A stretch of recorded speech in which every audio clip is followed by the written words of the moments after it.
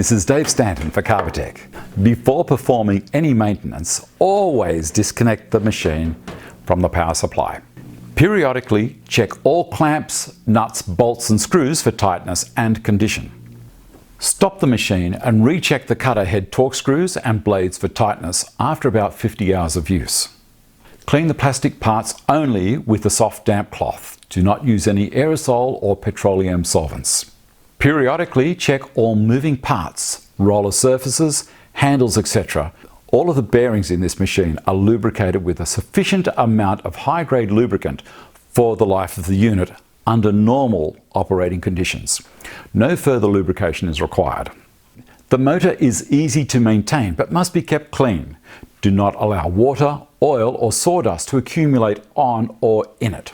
The sealed bearings are permanently lubricated and need no further attention. Brush replacement. Your planer has externally accessible brush assemblies, just here, that should be checked every 10 to 15 operating hours for wear.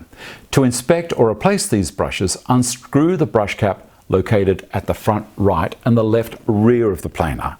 Be sure to replace the brush cap securely after inspection or repairs. Sawdust buildup and other debris can cause the machine to plane inaccurately. Periodic cleaning and waxing is needed for accurate precision planing. Clean the dust chute after each use. Moving parts should be cleaned regularly with penetrating oil and lubricated with a light coating of medium weight machine oil. Check feed rollers after each use for resin buildup because they must be cleaned to be effective. If buildup occurs, use a mild, non-flammable tar and pitch remover. To change a blade, please refer to our video on assembly and setup. Properly maintained, your thickness planer will last longer, delivering continually clean cuts.